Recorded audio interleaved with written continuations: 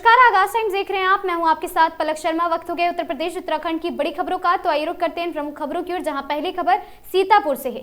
सीतापुर निराश्रित गौवंशों को पकड़े जाने व गौशालाओं में मर रहे गौवंशों की जान बचाए और साथ ही उनकी जांच कराए जाने की मांग पर दूसरे दिन भी जारी रहा भाकियों का आमरण अनशन। किसानों को मिला जंगमंच और का समर्थन। इस मौके पर भारी संख्या में किसान व यूनियन के कार्यकर्ता मौजूद रहे। विकासखंड सकरन की ग्राम पंचायत सांडा के मजरा गोपालपुर निवासी भारतीय किसान यूनियन के ब्लॉक अध्यक्ष सुशील कुमार राज और साथ ही सोमवार को ब्लॉक परिसर में आमरण अनशन पर बैठे थे और साथ ही सोमवार को उनके समर्थन में भाकियों जनमंच के जिला अध्यक्ष राम शंकर सिंह ने भी अपने कार्यकर्ताओं को भेज दिया। किसानों ने बताया कि निराश्रित गौवंशों के मामले में गलत आख्या लगाने वाले पंचायत सचिव के विरुद्ध कार्रवाई व ग्राम पंचायत बघा ढाक में मरे 50 से ऊपर गौवंशों की जांच तथा ब्लॉक की सभी गौशालाओं की जब तक निष्पक्ष जांच नहीं होगी तब तक आमरण अनशन इसी तरह से चलता रहेगा। खंड विकास अधिकारी श्रीश कुमार गुप्ता ने बताया कि निराश्रित गौवंशों को पकड़ने व गौशाला में मरे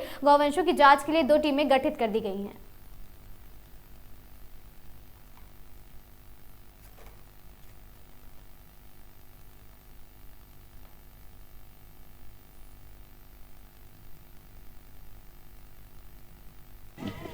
जिसकी जांच ग्राम विकास अधिकारी श्री प्रदीप चौधरी द्वारा की गई और उसमें उन्होंने गलत आख्या लगा दिया कि जानवर पकड़ करके सिकरहना गौशाला में शिफ्ट कर दिए गए, जबकि ऐसा कुछ नहीं है। और ये एक बगहा ढाक में जो गौशाला संचालित है वहाँ का जो केयर टेकर है, ना वो प्रधान है ना पंच है, नाम अपना गुड्डू रखे है, जबकि हकीकत में वो गुड्डू कसाई है। जो उसमें प्रधान और ग्राम विकास अधिकारी वहाँ के भी प्रदीप चौधरी जी हैं जिन्होंने उसको दे रखा है।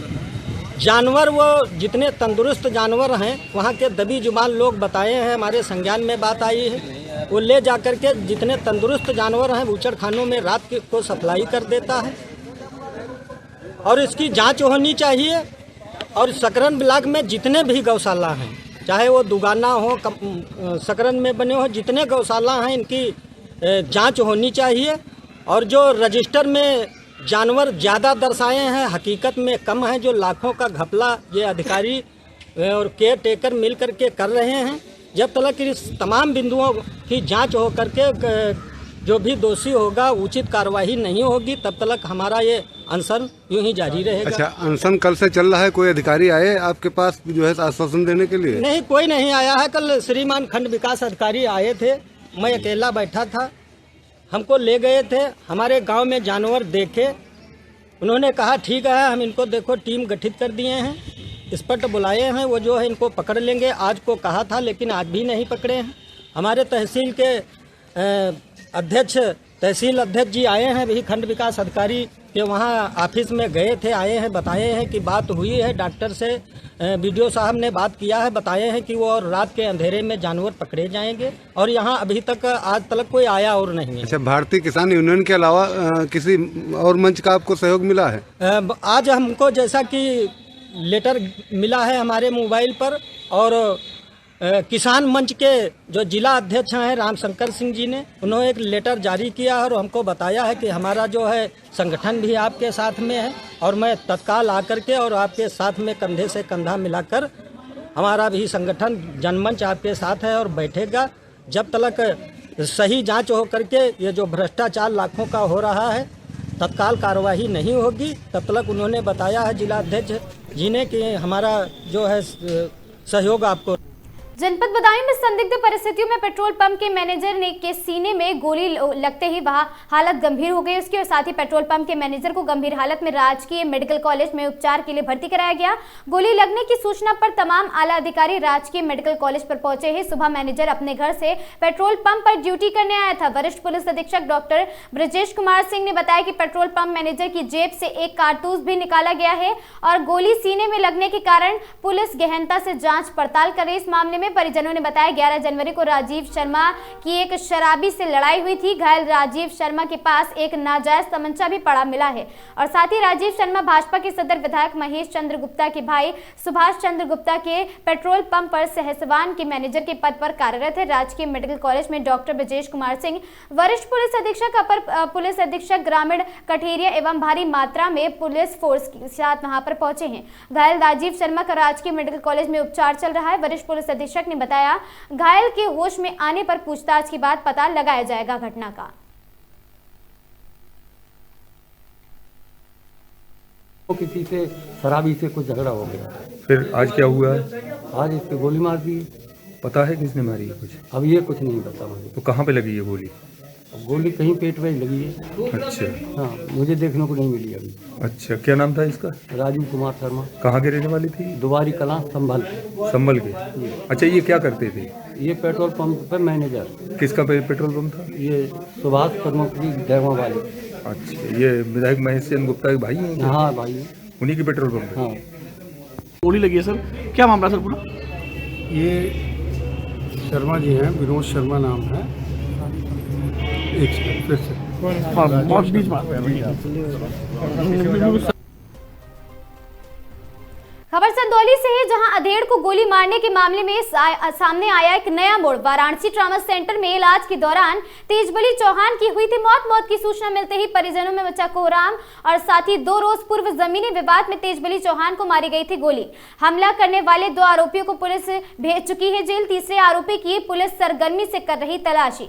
इलिया थाना क्षेत्र के डेहरी गाँव में हुई थी पूरी घटना।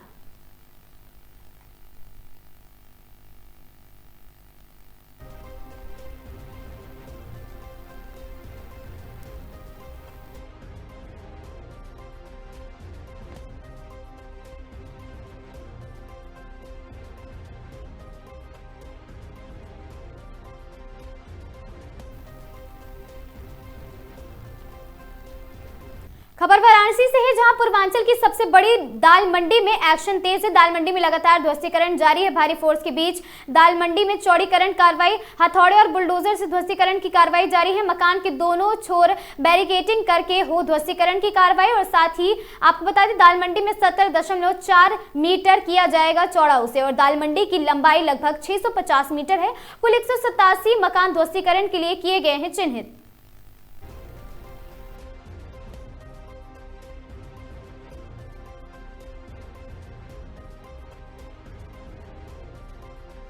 सर, आज किस प्रकार की कार्रवाई? ये आज वीडियो की कार्रवाई है, जिसमें इस मकान पर डिमोलिशन ऑर्डर पूर्व में पारित किया जा चुका है और कई बार मुनादी कराई गई। इसके बाद आज डिमोलिशन कार्य शुरू किया गया है। सुरक्षा के दृष्टिगत पर्याप्त फोर्स लगाई गई है। पीएससी, पैरामिलिट्री और सिविल फोर्स और ड्रोन से भी एरिया सर्विलांस किया जा रहा है। लगातार हम लोग अनाउंसमेंट भी कर रहे हैं। बैरिकेडिंग जो की गई है उससे लोगों को मूवमेंट कराने के लिए। हमारी फोर्स के बीच डिमोलिशन का काम चल रहा है। हाँ, लगातार डिमोलिशन कार्य चल रहा है। किसी तरह की कोई दिक्कत नहीं है। शांतिपूर्ण माहौल में डिमोलिशन कार्य चल रहा है। खबर सोनभद्र से है, जहां समाजवादी पार्टी का 13 सदस्यीय प्रतिनिधि मंडल पहुंचा। सोनभद्र प्रतिनिधि मंडल ने प्रदेश अध्यक्ष, 2 सांसद और 2 विधायक समेत स्थानीय नेता शामिल। प्रतिनिधि मंडल ने ओबरा के पत्थर खदान हादसे में जान गंवाने वाले 7 श्रमिकों के परिवार से मुलाकात की है। प्रतिनिधि मंडल ने सरकार से मांग अपने कर्तव्यों का पालन करते हुए मृतकों के परिवार को 50 लाख रुपए का मुआवजा देने की मांग की। प्रतिनिधि मंडल ने आरोप लगाया कि यह हादसा खनन नियमों की धज्जियां उड़ाने और दबंगों द्वारा किए जा रहे अवैध खनन के कारण हुआ है। प्रतिनिधि मंडल अवैध खदानों में सुरक्षा की कोई इंतजाम नहीं है और बेलगाम खनन व्यवसायी श्रमिकों से गहरी खदान में काम कराते हैं, ऐसा बोला उन्होंने। और साथ ही पीड़ित परिवार ने भी सरकार से 40 से 50 लाख रुपए मुआवजे की मांग की है ताकि वे अपना जीवन यापन कर सकें। और बिल्ली मारकुंडी स्थित कृष्णा माइनिंग में बीते 15 नवंबर को हुए हादसे में मृत श्रमिकों के पीड़ित परिजनों से मिली प्रतिनिधि मंडल।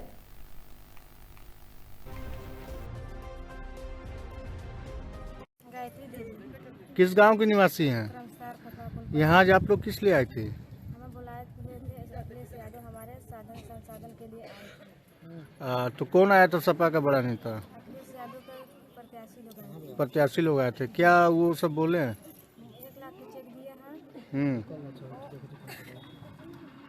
और सरकार से क्या बोले हैं दिलवाने के लिए? सरकार से यही बोले हैं कि अगर ये नरेंद्र मोदी नहीं दिवा पा रहे हैं तो हम दिवाएंगे जब हो जाएंगे प्रशासन में। सरकार की तरफ से कितने मुआवजे की डिमांड की है सर? हम मांगे हैं 50 लाख की मुआवजा और एक सरकारी नौकरी। मतलब 50 लाख की मुआवजे की मांग है आपको? हमारी मांग है।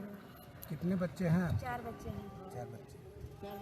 अभी तक कितने सरकार द्वारा कितना पैसा मिला? सरकार द्वारा 1,25,000 मिला। और कृषि यूनियन के द्वारा भी कुछ मिला है? वही 5 लाख मिला है। 5 लाख। तो इस हादसे में आप कौन था जो पति थे।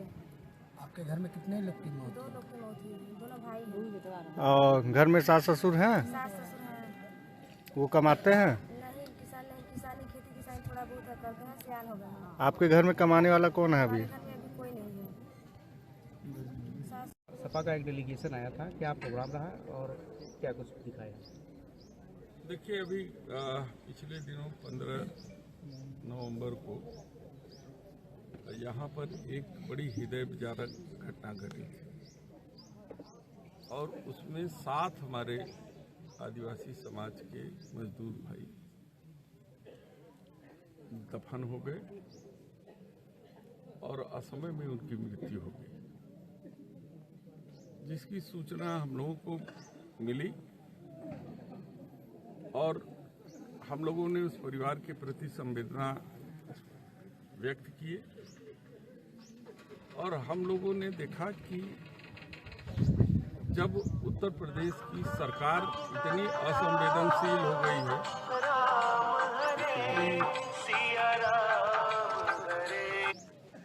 इतनी असंवेदनशील हो गई है कि यहाँ से 5 किलोमीटर दूर आदिवासी गौरव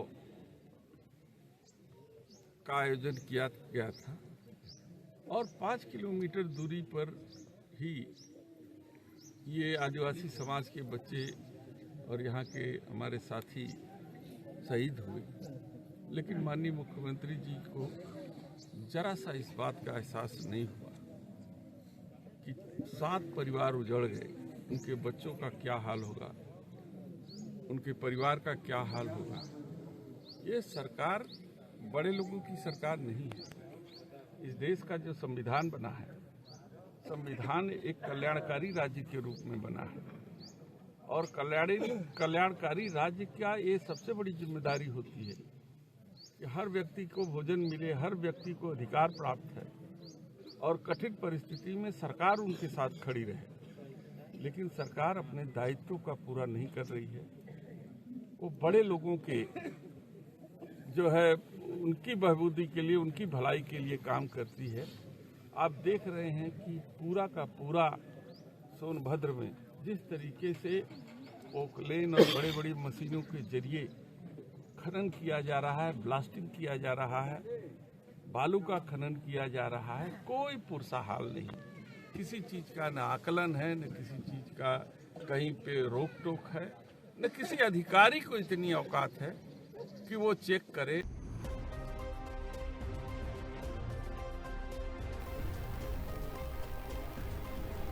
बदायूं के उसैद थाना क्षेत्र के इटवा गांव में एक बुजुर्ग महिला की मौत हो गई है जब एक छुट्टा गाय ने उन पर हमला कर दिया। मृतक की पहचान सुनीता 50 वर्षीय पत्नी राम निवास के रूप में हुई है। वे चारा लेने गई थी, तभी गाय ने उन पर हमला कर दिया और परिजन उन्हें इलाज के लिए जिला अस्पताल लेकर पहुंचे हैं, जहां डॉक्टरों ने उन्हें मृत घोषित कर दिया।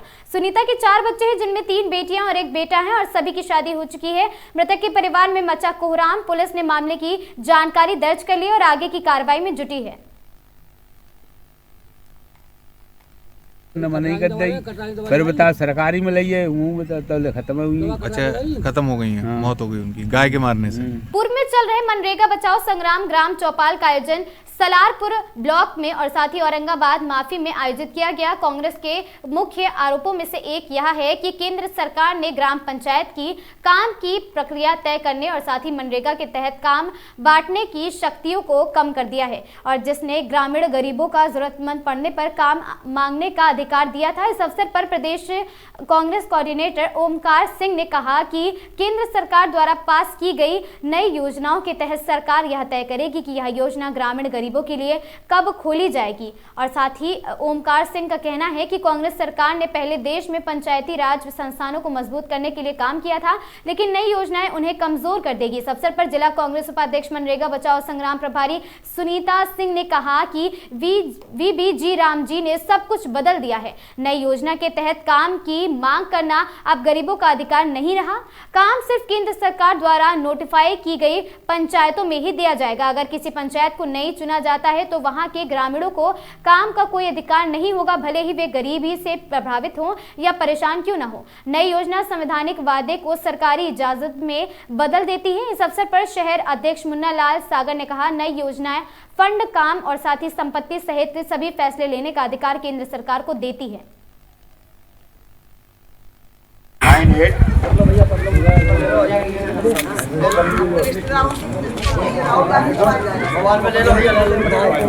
देख लो आप लोग 9 हेड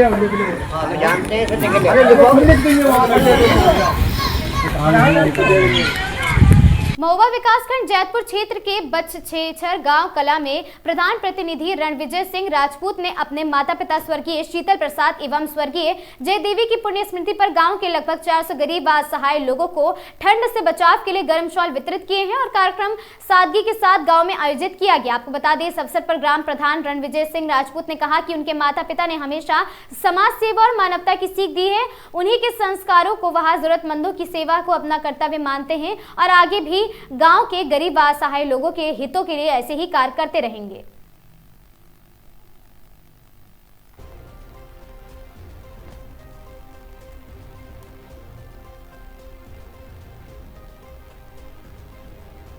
यहाँ पर उपस्थित सभी लोगों से मेरा निवेदन है कि इसी प्रकार का सहयोग जो आप लोग मेरे साथ बनाए रखे हुए हैं, इसी प्रकार का समर्थन अगर चलता रहेगा तो आने वाले समय में हम अपने गांव का नाम इस जिले की राजनीति में जरूर चमका देंगे। जिस दिन मुझे याद है 31 दिसंबर 2025 को जब मैं पहली बार जनसंपर्क के लिए मैंने अपने गांव में सभी लोगों से कहा, तो मेरे गांव से लगभग जो लोग चल नहीं सकते थे, बूढ़े दादाजी बैठे हैं, माताओं बहनों ने अपनी रिश्तेदारी में फोन कराया, वहाँ पे मेरा स्वागत हुआ। इनकी रिश्तेदारों ने वहाँ पे ढोल नगाड़ों से स्वागत किया। मेरे अहिरबार समाज के लोगों ने ग्रामवारी में मेरा मालाओं से स्वागत किया, ढोल नगाड़ों से स्वागत हुआ। और मेरे साथ इस गाँव के लगभग 150 लोगों ने बराबर 19 गाँवों में जनसंपर्क किया। लोग चलने में असमर्थ थे, सुबह की बेला से शाम की बेला हो गई थी, लेकिन लोगों के अंदर उत्साह कम नहीं हुआ।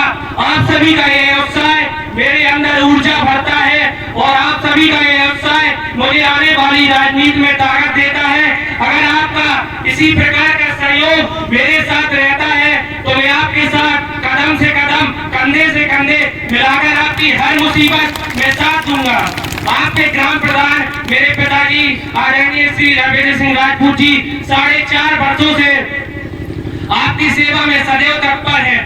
दिन हो, रात हो, सुबह हो, शाम हो, मौसम कोई भी हो, आपका एक फोन आता है तो आपकी समस्या का तत्काल निस्तारण करते हैं। वास्तव में जो मैंने उनके अंदर ऊर्जा देखी वो आज बहुत ही कम जनप्रतिनिधियों के अंदर मिलती है।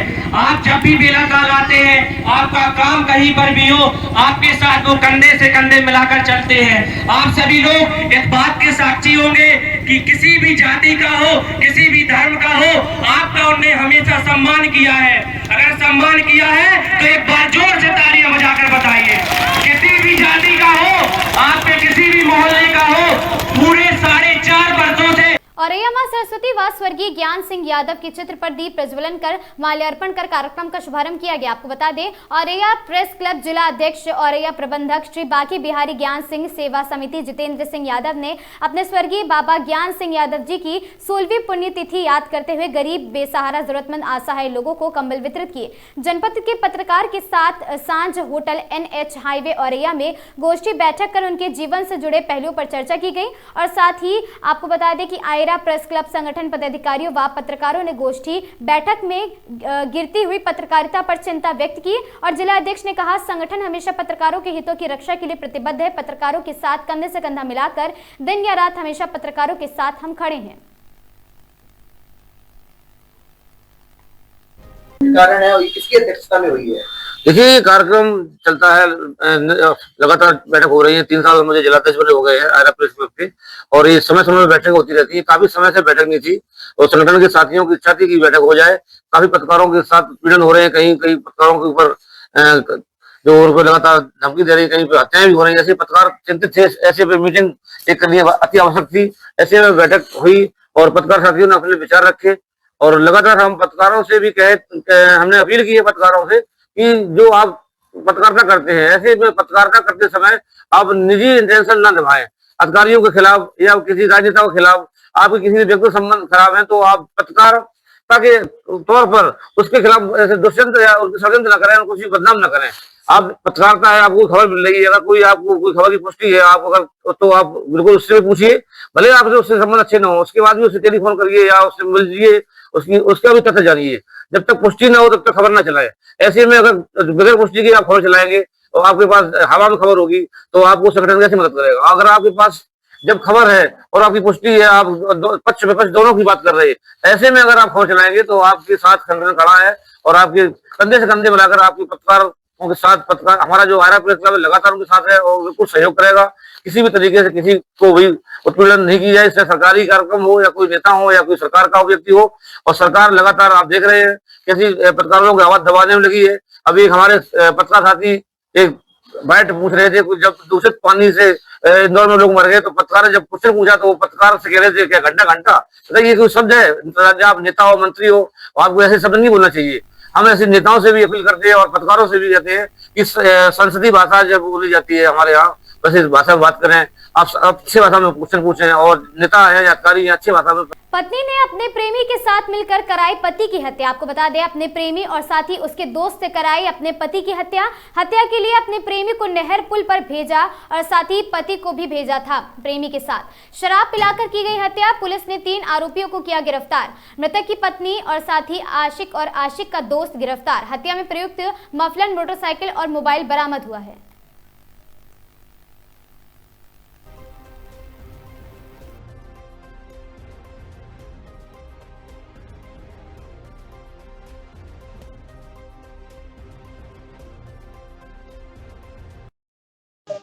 देखिए, दिनांक 11 जनवरी 2026 को थाना बेला से एक सूचना प्राप्त हुई जिसमें ग्राम कुर्सी और बूंचपुर नहर के बीच में एक पटरी के पास में एक व्यक्ति का मृत शरीर जो है वहां पे मौजूद था। तत्काल सूचना प्राप्त होने पर मेरे द्वारा सीओ बिधुना द्वारा घटनास्थल का निरीक्षण किया गया।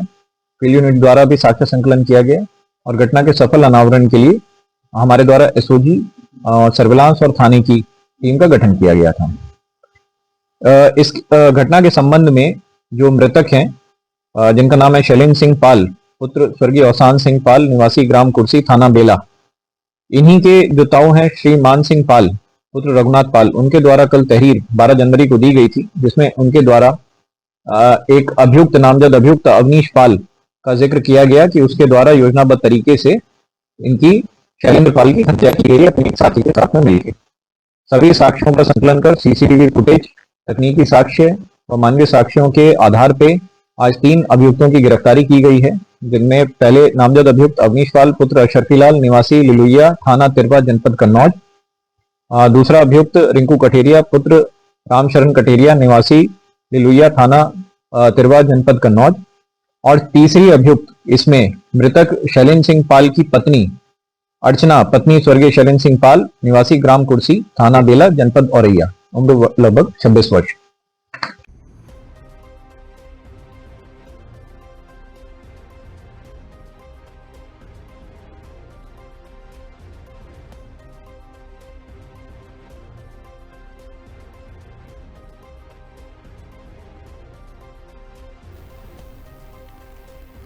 खबर हरिद्वार से है, जहां युवा संगठन शक्ति के अध्यक्ष के नेतृत्व में संगठन के कार्यकर्ताओं ने महामहिम राष्ट्रपति को एक ज्ञापन सौंपा है। ये ज्ञापन एक किसान द्वारा आत्महत्या किए जाने के गंभीर मामले को लेकर दिया गया है। युवा संगठन शक्ति के अध्यक्ष के नेतृत्व में आज संगठन के सभी कार्यकर्ताओं ने महामहिम राष्ट्रपति को ज्ञापन सौंपा है। ये ज्ञापन हाल ही में एक किसान द्वारा आत्महत्या किए जाने की घटना को लेकर दिया गया है। किसान ने यह वीडियो अपने फेसबुक अकाउंट पर भी साझा किया है। वीडियो में किसान ने पुलिस प्रशासन पर गंभीर आरोप लगाए थे और साथ ही ये मामला बेहद बेहद गंभीर है। किसान ने आत्महत्या से पहले जो वीडियो बनाया है वह साफ तौर पर प्रशासनिक लापरवाही की ओर इशारा करता है। इस महामहिम राष्ट्रपति से मांग करते हुए उन्होंने कहा कि मामले की निष्पक्ष जांच हो और दोषियों के खिलाफ सख्त कार्रवाई भी की जाए।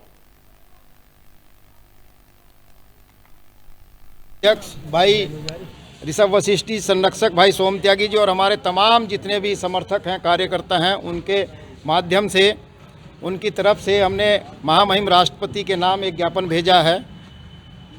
आपको याद है कि परसों एक हमारे उधम सिंह नगर के काशीपुर तहसील के किसान ने आत्महत्या की थी और उस आत्महत्या से पूर्व उन्होंने एक वीडियो बनाया और अपने फेसबुक पर उसे पोस्ट किया, जिसमें उन्होंने जो यहाँ की कानून व्यवस्था है, जो पुलिस कर्मियों का, चाहे वो एसएसपी हो चाहे वो कोतवाल हो, सबकी जो भ्रष्ट और जो कानून विरोधी है वो सब उन्होंने उसमें वीडियो में उजागर की है। और उन्होंने सीधे सीधे आरोप लगाया है कि मैं दर बदर की ठोकरें खाता रहा और मुझे कहीं भी न्याय नहीं मिला और फिर आखिरकार मुझे अपनी जान देनी पड़ी। वो तो भगवान का शुक्र है, ईश्वर का शुक्र है कि उसके बच्चे और पत्नी बच गए, नहीं तो पूरे परिवार सहित अपनी आत्महत्या करने को जा रहा था। और जबकि उसने आत्महत्या की और उसमें जो वीडियो में उसने आरोप लगाए वो बड़े ही गंभीर आरोप हैं। पुलिस किस तरह से कमीशनबाजी कर रही है ये उसका जीता जागता प्रमाण है। और हम मुख्यमंत्री धामी और हमने जो राष्ट्रपति महोदय को ज्ञापन दिया है, इस मामले की सीबीआई जाँच कराई जाए और जो भी दोषी, चाहे वो एसएसपी हो या वहाँ का कोतवाल हो, उसके खिलाफ हत्या का मुकदमा दर्ज कर उसके खिलाफ कड़ी कानूनी कार्रवाई की जाए। युवा अग्नि संगठन के पदाधिकारियों के द्वारा आज मुझे यहाँ पर एक ज्ञापन प्रस्तुत किया गया है जो कि महामहिम राष्ट्रपति महोदय जी को संबोधित है। उक्त ज्ञापन में उनके द्वारा जो काशीपुर उधम सिंह नगर में एक किसान की आत्महत्या की जांच के संबंध में और जो उनके द्वारा ये कहा गया है कि इसमें मतलब कि इसमें जांच करवाई जाए और जो दोषी व्यक्ति हैं उन्हें इसमें सख्त से सख्त जो है वो सज़ा दी जाए। हरिद्वार में हर की पौड़ी पर दो युवक शेख के लिबास में घूमते हुए नजर आए हैं। धार्मिक स्थल पर अजीब वेशभूषा में युवकों के दिखने पर तीर्थ पुरोहितों ने उन्हें रोककर सवाल किए तो पहले उन्होंने अपना नाम हबीबुल्लाह और हबीबी बताए। हालांकि सख्ती से पूछने पर उन्होंने यूट्यूब के लिए वीडियो बनाने की बात कही। इसके बाद तीर्थ पुरोहितों की संस्थान गंगा सभा ने मामले का संज्ञान लिया और पुलिस को इसकी जानकारी दी है। वीडियो सोशल मीडिया पर चर्चा का विषय बना हुआ है। वहीं हरिद्वार के एसएसपी का कहना है कि मामले की जाँच कराई जा रही है और जरूरी कानूनी कार्रवाई की जाएगी। आपको बता दें कि हाल ही में तीर्थ पुरोहितों की ओर से हर की पौड़ी समेत कुंभ मेला क्षेत्र के सभी गंगा घाटों पर गैर हिंदू प्रतिबंधित क्षेत्र घोषित करने की मांग की गई थी। पुलिस को उसकी हर की पौड़ी चौकी को इसकी इत्तला दे दी गई थी और उन्होंने भी अपनी जो पुलिस थी वो सब दौड़ा दी और उनको ट्रेस करने के लिए निकल पड़े हैं और हमें उम्मीद है कि पुलिस इस पर जल्दी कार्रवाई करेगी। चूंकि जिस प्रकार का वीडियो प्रतीत हो रहा है, जिस प्रकार का उनका बयान आ रहा है, ये निश्चित ही माहौल बिगाड़ने का प्रयास है। कुछ यूट्यूबर्स या जिस भी प्रकार के ये सोशल मीडिया के लोग होंगे, ये केवल माहौल बिगाड़ने का प्रयास है और इसी बात की चिंता हमारे अध्यक्ष जी ने की थी और ये वाकई बहुत गंभीर विषय है। पुलिस इस पर हमें उम्मीद है पूरा ध्यान देगी और ये कार्रवाई करेगी। सोशल मीडिया पर एक रील काफी वायरल हो रही है जिसमें दिख रहा है कि कुछ लोग शेखों की वेशभूषा में अपने आप को दुबई का निवासी बताते हुए, सऊदी का निवासी बताते हुए घंटाघर मालवीय द्वीप क्षेत्र में भ्रमण कर रहे हैं और कुछ टिप्पणियां भी कर रहे हैं। प्रथम दृष्टया देखने से ही लग रहा है कि इन लोगों की जो उद्देश्य है वही शरारती है और माहौल खराब करने के उद्देश्य से ये ऐसा भ्रमण कर रहे हैं। हमारे द्वारा इस वीडियो का संज्ञान लेते हुए त्वरित रूप से पुलिस विभाग से संपर्क कर इसकी शिकायत की गई और पुलिस भी तत्परता दिखाते हुए इन लोगों को ढूंढ रही है। निश्चित रूप से जिन लोगों की मां गंगा में आस्था नहीं, जिन लोगों का मां गंगा का आशीर्वाद नहीं लेना है, उनका हर की पौड़ी क्षेत्र में भ्रमण करना और ऐसी टिप्पणियां करना निश्चित रूप से ये दिखाता है कि उनका उद्देश्य ही गलत है। जो भी ऐसे लोग जो हर की पौड़ी और हर की पौड़ी क्षेत्र की गरिमा को भंग करना चाहते हैं, यहाँ की मर्यादा को भंग करना चाहते हैं, ऐसे लोगों के विरुद्ध कार्रवाई कराई जाएगी और पुलिस भी तत्परता दिखाते हुए ऐसे को अरेस्ट करके पकड़कर निश्चित रूप से उनके विरुद्ध जो भी कानूनी कार्रवाई बनेगी वो शीघ्र अतिशीघ्र कराई जाएगी। नववर्ष के पहले बड़े स्नान पर्व मकर संक्रांति को लेकर प्रशासन पूरी तरह मुस्तैद दिखाई दे रहा है। आज प्रशासन की ओर से पुलिस और सुरक्षा व्यवस्था को लेकर विशेष ब्रीफिंग की गई है। धर्मनगरी हरिद्वार मकर संक्रांति का पर्व आस्था और श्रद्धा का प्रतीक माना जाता है। यह पर्व नववर्ष का पहला स्नान भी होता है। आज आयोजित ब्रीफिंग में पुलिस बल को ट्रैफिक व्यवस्था, भीड़ नियंत्रण और सुरक्षा के तमाम दिशा निर्देश दिए गए। श्रद्धालु की भारी भीड़ को देखते हुए ट्रैफिक रूट डायवर्जन और अतिरिक्त पुलिस बल की तैनाती की जा रही है। पिछली बार मकर संक्रांति के अवसर पर करीब 15 लाख श्रद्धालु पहुंचे थे। इस बार ठंड को देखते हुए अभी संख्या का अनुमान नहीं लगाया जा सकता और साथ ही लेकिन सभी आवश्यक सुरक्षा और ट्रैफिक व्यवस्थाएं पूरी कर ली गई है। प्रशासन का कहना है श्रद्धालुओं की सुविधा और सुरक्षा उनकी पहली प्राथमिकता है। कारण और हम लोग ये सोच रहे हैं कि काफी अच्छी संख्या में यहाँ पे श्रद्धालु आएंगे। पिछले साल से अधिक श्रद्धालुओं के आने की अपेक्षा कर रहे हैं। इसी क्रम में पूरे एरिया को विभिन्न सेक्टर जोन में डिवाइड किया गया है और वहाँ पे अधिकारियों की तैनाती की गई है। आज उसकी ब्रीफिंग भी है। सभी अधिकारियों को भी डायरेक्शंस दिए गए हैं कि अपने अपने क्षेत्र को आज जाके देख लें, कहीं कोई कमी हो किसी भी तरह की क्राउड मैनेजमेंट को लेकर, वेस्ट मैनेजमेंट को लेकर या श्रद्धालुओं की सुविधाओं को लेकर, उसको आज शाम तक पूर्ण कर लें। और सभी श्रद्धालुओं से भी मेरा अनुरोध है कि जनपद हरिद्वार और यहाँ की प्रमुख घाट जो हैं उनको स्वच्छ साफ रखने में अपना योगदान दें। मकर संक्रांति का स्नान हरिद्वार जनपद का पहला महत्वपूर्ण स्नान माना जाता है, जिसमें पुलिस बल को पर्याप्त रूप से ब्रीफ करके लगाना महत्वपूर्ण है, क्योंकि ठंड का समय भी है। इसमें यह भी बात मैं कहना चाहूँगा कि संपूर्ण मेला क्षेत्र को 8 महत्वपूर्ण जोनों में 22 सेक्टरों में विभाजित किया गया है, जिसमें सिविल पुलिस के पीएससी बलों को भी साथ में लगाया गया है। और मैं ये भी इसमें route diversion plan already disclose किया जा चुका है, बताया जा चुका है। रूट डाइवर्जन प्लान के अनुरूप ही जो हमारे ट्रैफिक प्लान है उसको लगाया जाएगा, उसी के अनुरूप आगे का व्यवस्था की जाएगी। देखिए, काफी समय क्राउड अपेक्षित किया जाता है। पिछली बार हमारा करीब 15 लाख से ऊपर लोगों ने आके स्नान किया था। निश्चित तौर पर मैं मानता हूँ कि आज भी एक महत्वपूर्ण स्नान है, काफी लोग इसमें आएंगे, उसी के अनुरूप पुलिस बल को बनाया गया। सर, बसंत पंचमी आने वाली है और चाइनीज मार्केट पर अभियान भी जारी है, लेकिन दुकानदारों में खौफ दिखाई नहीं दे रहा और लगातार दिख रहा है, घटनाएं भी सामने आ रही है। चाइनीज मांझे के खिलाफ हमने महत्वपूर्ण निर्णय लिया था, जिसमें हमने कई 307 तक के जो महत्वपूर्ण जो लाइफ थ्रेटन जो मामले हैं उसमें अभियोग पंजीकृत किए गए थे और ऐसे में कुछ लोगों की गिरफ्तारियां भी की गई थी। और मैं अगर ऐसी कोई बात हमारे संज्ञान में आती है, निश्चित तौर पर। हरिद्वार में कल होने वाले मकर संक्रांति के पावन पर्व पर स्नान को लेकर धर्मनगरी हरिद्वार में पुलिस और प्रशासन की पूरी तरह अलर्ट मोड में वहां नजर आ रहे हैं। एसएसपी परमेंद्र सिंह डोभाल के निर्देशन में मेला क्षेत्र को 8 जोन और साथ ही 22 सेक्टर में विभाजित किया गया है। सुरक्षा के साथ साथ भीड़ नियंत्रण किया गया है। सुरक्षा के साथ साथ आपको बता दें, विशेष कार्य योजना लागू की गई है। वहीं जिलाधिकारी मयूर दीक्षित के नेतृत्व में जिला प्रशासन ने भी व्यवस्थाओं को अंतिम रूप दे दिया है। संभावित भारी भीड़ को देखते हुए अतिक्रमण हटाने अधिकारियों की ब्रीफिंग और विभागीय समन्वय को मजबूत किया गया है, जिससे स्नान पूर्व शांतिपूर्ण और व्यवस्थित तरीके से संपन्न हो सके। जिसकी ब्रीफिंग भी है। टोटल हमने 28 सेक्टर्स बनाए, जिसमें सभी जगह सेक्टर ऑफिसर्स लगाए और साथ ही 7 जोन्स बनाए, 7 जोनल ऑफिसर्स हैं। आज जगह जगह हमने निरीक्षण भी किया है। कई जगह अतिक्रमण आदि की समस्या थी, घाटों पर से अतिक्रमण हटाया जा रहा है। साथ ही जो हमारे इंपॉर्टेंट मार्ग हैं, पार्किंग स्थल हैं, उन सबको भी अतिक्रमण मुक्त कराया जा रहा है। इसके साथ ही क्योंकि सर्दी का भी मौसम है, तो जो भी श्रद्धालु आए उनको कोई दिक्कत ना हो, इसके लिए जगह जगह अलाव जलाने की व्यवस्था, रैन बसेरे और अन्य व्यवस्थाएं जैसे श्रद्धालुओं के लिए जो बेहतरी हो सके। इस साल का जो पहला महत्वपूर्ण स्नान मकर संक्रांति का स्नान ही माना जाता है, जिसमें हरिद्वार में समस्त जो पुलिस बल है उनको ब्रीफ करके लगाया जाता है। आज भी समस्त पुलिस बल की ब्रीफिंग की जा रही है, जिसमें पूरे मेला क्षेत्र को 8 महत्वपूर्ण जोनों में और 22 सेक्टर में विभाजित किया गया है, जिसमें पर्याप्त पुलिस बल दिया गया है। साथ में पीएससी और बीडीएस, एटीएस वगैरह जितने हमारे अनुषंगिक जितने यूनिट्स हैं उनको भी साथ में लगाया गया है। ट्रैफिक प्लान ऑलरेडी पहले सर्कुलेट किया गया है। रूट डाइवर्जन प्लान बताया जा चुका है। सभी जो हमारी पार्किंग हैं उनको निर्धारित किया गया है। तो मैं आशा करता हूँ पर्याप्त पुलिस बल के साथ हम एक सुदृढ़ तरीके से और बहुत सुगम तरीके से स्नान को करा पाएंगे। खटीमा विधानसभा क्षेत्र के दुरुस्त क्षेत्र दिया ग्राम सभा में ईंट भट्टे क्षेत्र में मिट्टी खनन की आड़ में मिट्टी माफियाओं ने कामन नदी पर अवैध खनन कर रखा था। सूचना मिलने पर उप जिलाधिकारी खटीमा अपनी टीम के साथ मौके पर पहुंचे और मिट्टी से भरी 2 ट्रैक्टर ट्रॉली को मौके से पकड़कर सीज किया है और साथ ही तहसील कैंपस पर लाया गया है। और साथ ही इस अवसर पर उप जिलाधिकारी खटीमा तुषार सैनी ने बताया कि मिट्टी की परमिशन खेत में मिलती है, न कि डूब क्षेत्र में जो मिट्टी खनन हो रहा है वे अवैध रूप से हो रहा है, जिस पर कार्रवाई की जा रही है।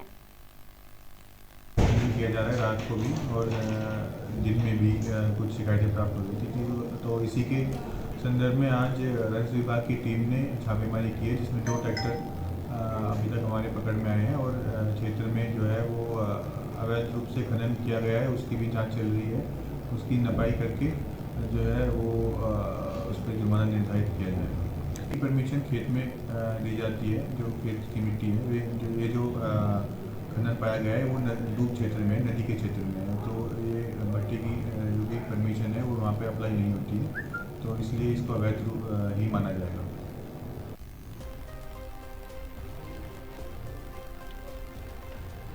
सितारगंज में उत्तरायणी कोथिक मेले के उपलक्ष्य में भव्य शोभा यात्रा का आयोजन किया गया है। शहर के मुख्य मार्गों से गुजरी इस शोभा यात्रा में माता नंदा और सुनंदा का डोला तथा गोलू देवता की आकर्षक झांकी मुख्य आकर्षण का केंद्र बनी रही है। शोभा यात्रा के दौरान मार्ग के दोनों ओर लोगों की भारी भीड़ उमड़ी रही। जगह जगह श्रद्धालु द्वारा पुष्प वर्षा कर देवी देवताओं की झांकियों का स्वागत किया गया। पूरा नगर धार्मिक रंगों में रंगा दिखाई दिया। उत्तरायणी मेले का मुख्य आयोजन सितारगंज के रामलीला ग्राउंड में किया जा रहा है, जहाँ 3 दिवसीय मेले का भव्य आयोजन निर्धारित है और मेले में झूले, प्रसाद, भजन कीर्तन, सांस्कृतिक कार्यक्रमों के साथ साथ धार्मिक अनुष्ठान भी संपन्न होंगे। स्थानीय प्रशासन द्वारा सुरक्षा और यातायात की विशेष व्यवस्थाएं की गई हैं। वहीं नगर के सामाजिक संगठनों द्वारा श्रद्धालुओं के लिए भी पेयजल और विश्राम की व्यवस्था भी की गई है। मेले के इस पावन अवसर पर क्षेत्र में हर्ष और उल्लास का अद्भुत वातावरण बना हुआ है। वहीं उपस्थित नगर पालिका चेयरमैन सुखदेव सिंह ने बताया कि आज के दिन लोहड़ी और साथ ही इसका त्योहार मनाया जाता है, जहां सितारगंज के अंदर यह दोनों त्योहार बड़ी ही हंसी खुशी के साथ और हर्ष और उल्लास के साथ मनते हैं। साथ ही पूर्व सभासद पंकज रावत ने कहा कि उत्तरायणी मेले को हम हर वर्ष सभी क्षेत्रवासी पूरे श्रद्धा और भावना के साथ मनाते हैं।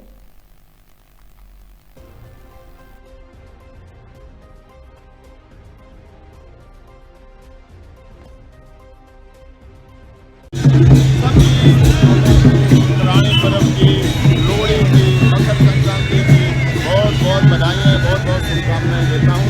ये उत्तरायणी पर्व कुमायूं, गढ़वाल, उत्तराखंड की संस्कृति को जिंदा रखने के लिए बहुत जरूरी है। हमारी आने वाली पीढ़ी को अपनी संस्कृति से जोड़ने के लिए बहुत अच्छा पर्व है।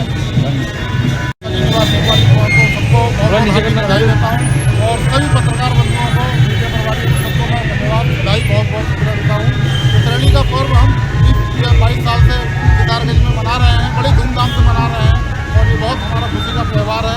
घुघुतिया त्यौहार, इसे पहाड़ी में घुघुतिया हम लोग कहते हैं, पंजाबी लोगों में लोहड़ी कहते हैं, हम लोग इसको घुघुतिया कहते हैं। ये बड़े त्यौहार है और बड़े धूमधाम से मनाया जा रहा है। इसमें दूर दूर के कलाकार आए हुए हैं। आज भी प्रोग्राम चलेगा, ये कल भी चलेगा और परसों भी चलेगा, 13, 14, 15 का। सहरसा कोसी रेंज के डीआईजी कुमार आशीष ने आज औपचारिक रूप से अपने पद का प्रभार ग्रहण किया है। उनके कार्यालय पहुंचने पर सहरसा, सुपौल और साथ ही मधेपुरा जिलों के पुलिस अधीक्षक एवं तीनों जिलों की पुलिस अधीक्षकों द्वारा पुष्पगुच्छ भेंट कर भव्य एवं गरिमामय स्वागत किया गया। आपको बता दें, प्रभार ग्रहण करने के बाद डीआईजी कुमार आशीष ने संवाददाताओं से बातचीत में अपनी प्राथमिकताएं साझा की। उन्होंने कहा कि कोसी रेंज के अंतर्गत आने वाले तीनों जिलों में अपराध पर प्रभावी नियंत्रण पहली उनकी प्राथमिकता होगी। इसके साथ ही लंबे समय से लंबित मामलों के अनुसंधान और तेजी से लाकर पीड़ितों को समय पर न्याय दिलाने के लिए ठोस कदम उठाए जाएंगे। डीआईजी ने बताया कि बिहार में लागू पूर्ण शराबबंदी कानून को प्रभावी बनाने के लिए सख्त और साथ ही कारगर कार्रवाई की जाएगी। उन्होंने यह भी कहा कि पुलिस मुख्यालय और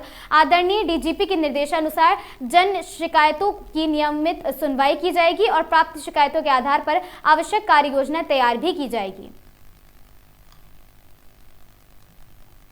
अपराध पर नियंत्रण, जो पुराने कांड हैं उनके अनुसंधान में तेजी लाना, उनका निष्पादन समय से करना, शराबबंदी को सफल बनाने के लिए जो उपाय किए गए हैं उसमें कारगर रूप से कार्रवाई करवाना, इसके अलावा बॉर्डर पे सुरक्षा और एहतियात बरतना और CCTNS के माध्यम से जो प्रगति हुई है उसकी समीक्षा करना और पुलिस मुख्यालय और आदरणीय डीजीपी साहब के दिशा निर्देश के अनुसार जो हम लोग की जन शिकायतों की सुनवाई है उस पर तेज़ी लाना, उनकी समस्याओं का समाधान करना और जो दिशा निर्देश मिलते हैं उसको हम लोग जो है यहाँ पे लागू करवाने का लक्ष्य रखते हैं। अभी तीनों एसपी साहब लोग यहाँ पे आए हुए हैं, उनके साथ हमारी समीक्षा बैठक भी चलेगी। उसके बाद हम लोग जो है इसमें आगे निर्णय लेंगे। भागलपुर सुल्तानगंज के दिलगौरी में बिहार सरकार जमीन अतिक्रमण मुक्त कराने पहुंचे बुलडोजर लेकर और साथ ही अतिक्रमण मुक्त कराने के दौरान भारी संख्या में पुलिस बल 7 बुलडोजर लेकर पहुंचा है। अतिक्रमण मुक्त के दौरान सुल्तानगंज थाना प्रभारी मृत्युंजय कुमार ने विधि व्यवस्था कायम कर रखी है और इसके लिए खुद ही मॉनिटरिंग कर रहे थे। बिहार सरकार की अधिग्रहण भूमि को मुक्त कराया जा रहा है, वहीं दूसरी तरफ अतिक्रमण मुक्त कराने के दौरान प्रशासन पर जबरदस्ती अतिक्रमण मुक्त कराने का आरोप लगा और साथ ही मौके कैलेंडर में कहा कि बिना नोटिस का अतिक्रमण कराया गया है। मोहम्मद याकूब इस्लाम ने कराया है और साथ ही आपको बता दें कि वहां पर काफी लोगों की भीड़ भी जुट गई और बिहार सरकार की अधिग्रहण भूमि को मुक्त कराया जा रहा है।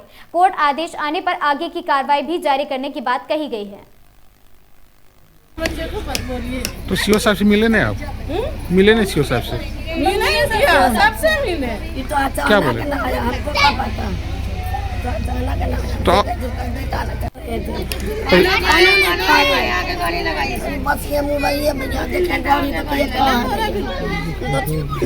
मुकीम कलंदर क्या हुआ? अतिक्रमण आज हो रहा है? हाँ, अतिक्रमण जबरदस्ती किया गया, जबरदस्ती करवाया। अयूब इस्लाई ने जबरदस्ती करवाया हमारे मकान को, जबकि कोई नापी ने कोई कुछ नहीं किया गया, कोई इंटीमेट नहीं दिया गया। नोटिस आपको नहीं मिला था?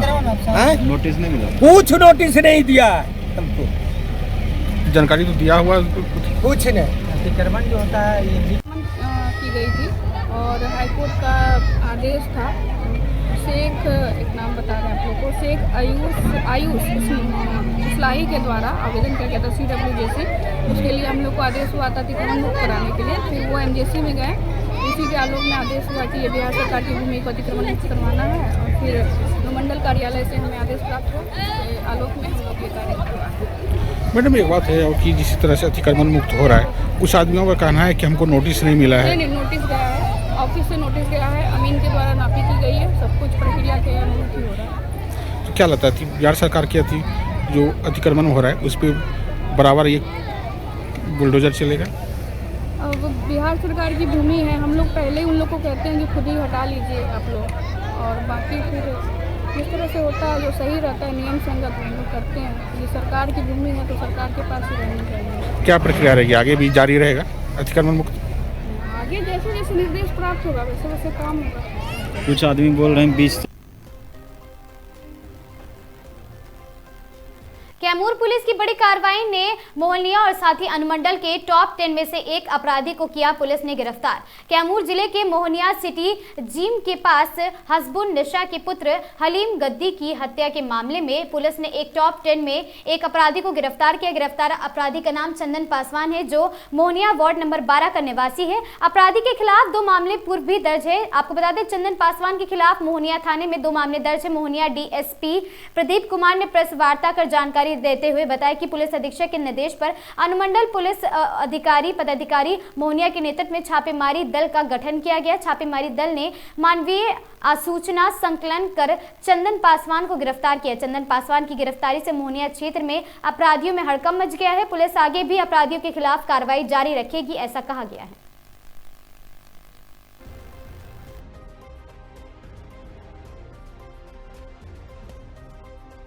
अंतर्गत मोहनिया नगर पंचायत के वार्ड नंबर 12 में एक हत्या की घटना हुई थी, जिसमें वार्ड नंबर 9 के रहने वाले हलीम अली के कुछ अज्ञात अभियुक्तों द्वारा हत्या कर दी गई थी, जिसमें हलीम अली के परिजनों के द्वारा 19 लोगों के विरुद्ध नामजद प्राथमिकी दर्ज कराया गया था। उसी में से कल समकालीन अभियान के दौरान एक अभियुक्त को, जिसका नाम चंदन कुमार है, चंदन पासवान, और वो वार्ड नंबर 12 का रहने वाला, उसकी गिरफ्तारी की गई है।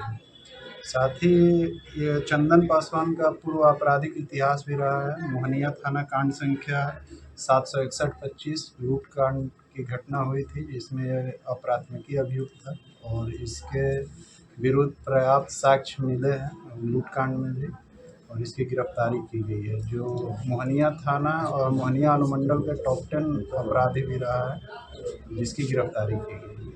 अब तक कितने लोगों की गिरफ्तारी उस हत्याकांड में हो चुकी है? अभी तक 4 लोगों की गिरफ्तारी हो चुकी है और अन्य लोग गिरफ्तारी के लिए लगातार छापेमारी की जाए। लूट कांड में कितने नामजद है सर? लूट कांड में नामजद नहीं, अब प्राथमिकी में आया था, जिसमें 3 अभियुक्तों का अभी तक नाम आया है, जिसमें पहले पूर्व में भी इसको गिरफ्तार कर जेल भेजा गया है, जिसका नाम अजीत कुमार, पिता का नाम भूपत यादव, वार्ड नंबर 11 है। कुछ सामान भी बरामद? उसमें सामान की बरामदगी के संबंध में छापेमारी की। खबर लखनऊ से, जहां पर शहीद पथ पर बिना ट्रैफिक रोके बनेगा ग्रीन कॉरिडोर। आपको बता दें कि एलडीओ उपाध्यक्ष प्रथमेश कुमार ने ग्रीन कॉरिडोर के तृतीय चरण के निर्माण को लेकर अधिकारी के साथ बैठक की और साथ ही समतामुलक निशादगंज और हनुमान सेतु रोटरी पर सुचारू यातायात के लिए सुझावों के मुताबिक कराया जा रहा परीक्षण। लखनऊ विकास प्राधिकरण शहीद पथ पर एलिवेटेड रोड बनाएगा और साथ ही ग्रीन कॉरिडोर परियोजना के तहत बनने वाली इस एलिवेटेड रोड के लिए शहीद पथ पर ट्रैफिक नहीं रोका जाएगा। एलडीओ उपाध्यक्ष प्रथमेश कुमार ने ग्रीन कॉरिडोर के तृतीय चरण के निर्माण को लेकर मंगलवार को अधिकारियों के साथ एक अहम बैठक की। इसमें डीसीपी ट्रैफिक कमलेश दीक्षित, मुख्य अभियंता मानवेंद्र सिंह व पीआईयू के प्रभारी एके सिंह सेंगर समेत अन्य विभागों के अधिकारी उपस्थित रहे। ग्रीन कॉरिडोर परियोजना के द्वितीय चरण के अंतर्गत पक्का पुल से समतामूलक चौक तक बंदर रोड, 6 लेन ब्रिज और साथ ही फ्लाईओवर पर आरओबी का निर्माण कराया जा रहा है, जिसके अंतर्गत समतामूलक निशादगंज और हनुमान सेतु पर 3 नए रोटरी का निर्माण कराया गया है। भविष्य में यह रूट चालू होने पर इन नए चौराहों पर ट्रैफिक बाधित ना हो, इसको लेकर भी बैठक विस्तृत चर्चा की गई है। पीआईयू के प्रभारी एके सिंह सेंगर ने बताया कि ट्रैफिक पुलिस के सुझावों के क्रम में हनुमान सेतु रोटरी व ड्रोन सर्वे कराया गया। लगातार 2 दिनों तक सुबह 10 बजे और शाम 6 बजे के पीक आवर्स में कराए गए इस सर्वे में रोटरी पर ट्रैफिक सुचारू पाया गया। इसके अतिरिक्त निशादगंज एवं समतामूलक रोटरी पर ट्रैफिक जाम लगने की आशंका के दृष्टिगत स्थल पर परीक्षण कराया गया। यातायात विभाग द्वारा कुछ जगहों पर सीधे रूट की जगह यू टर्न का प्रावधान किए जाने का सुझाव भी दिया गया, के लिए ट्रायल कराया जाएगा। इनमें जो भी नतीजे सामने आएंगे उसके आधार पर रूट को ट्रैफिक के लिए खोलने से पहले आवश्यक परिवर्तन सुनिश्चित किया जाएगा। एलडीओ उपाध्यक्ष प्रथमेश कुमार ने बताया कि ग्रीन कॉरिडोर के तृतीय एवं चतुर्थ चरण में समता मूलक चौक से किसान पथ तक बंधा रोड, फ्लाईओवर व ओवर ब्रिज का निर्माण किया जाना है, जिसके अंतर्गत शहीद पथ पर भी एलिवेटेड रोड का निर्माण किया जाएगा। उन्होंने बताया कि एलिवेटेड रोड का निर्माण कराया जाएगा और साथ ही बैठक में इस रूट पर किए जाने वाले कार्यों के संबंध में भी चर्चा की गई है। प्रोजेक्ट से जुड़े अधिकारियों को निर्देशित किया गया कि नए रूट पर कार्य शुरू करने से पहले लोक निर्माण विभाग, सिंचाई विभाग व ट्रैफिक पुलिस के अधिकारियों के साथ ज्वाइंट विजिट करा लिया जाए।